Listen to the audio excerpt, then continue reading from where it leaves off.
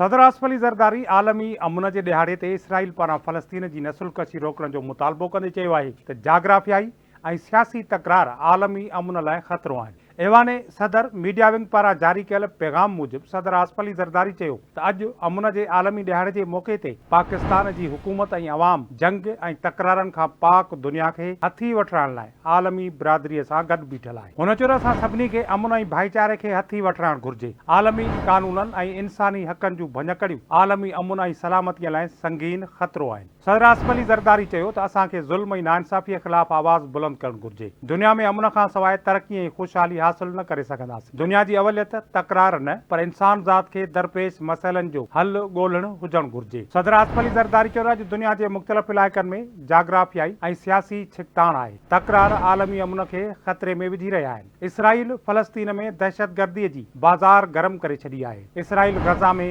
हज़ारे माण्हुनि खे क़त्ल करे फ़लस्तीनियुनि जी नसुलकशी करे रहियो आहे। सदर आसिफ अली ज़रदारी चयो त हिंदू तबाह खां मुतासिर मोदी हुकूमत वालारियल कश्मीर में इंसानी हक़नि जूं भञकड़ियूं करे रही आहे। मोदी सरकार भारत में मुसलमाननि ऐं ॿियनि अक़लियतुनि खे ज़ुल्म ऐं तशदुद जो निशानो बणाए रही आहे। भारत मुसलमाननि जे हक़नि ते धाड़ो हणी रहियो आहे। हुन चयो त दुनिया जी अवलियत इंसान ज़ात जा मसइला हल करणु हुजणु घुर्जे। गुरबत, बुख, नाइंसाफ़ी, ज़ुल्म ऐं बुनियादी इंसानी हक़नि जी भञकड़ियुनि ते ध्यानु धरणो पवंदो। दुनिया में अमुन खां सवाइ ख़ुशहाली मुमकिन न आहे। जंगियूं ऐं तकरार इंसानी ज़िंदगीअ में ॾुखियायूं पैदा कनि था। सदर आसिफ अली ज़रदारी वधीक चयो त असां सभु गॾिजी हिकु पुरअमन मुस्तक़बिल ऐं बहितरीन दुनिया जोड़े सघूं था। असां हिकु अहिड़ी दुनिया जोड़े सघूं था जंहिं में ईंदड़ नसुल अमुन ऐं ख़ुशहालीअ सां ज़िंदगी गुज़ारे सघनि था।